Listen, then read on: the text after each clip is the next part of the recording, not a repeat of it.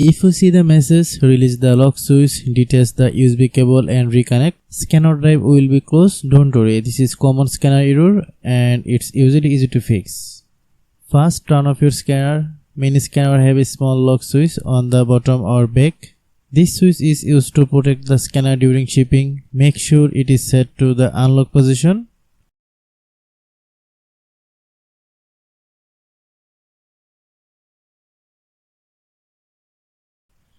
Next, unplug the USB cable from both the scanner and your computer.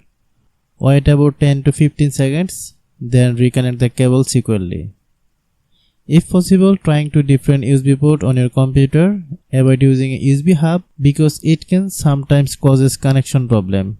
Now, turn the scanner back and restart your computer. After restarting, open your scanning software and check the scanner is working properly.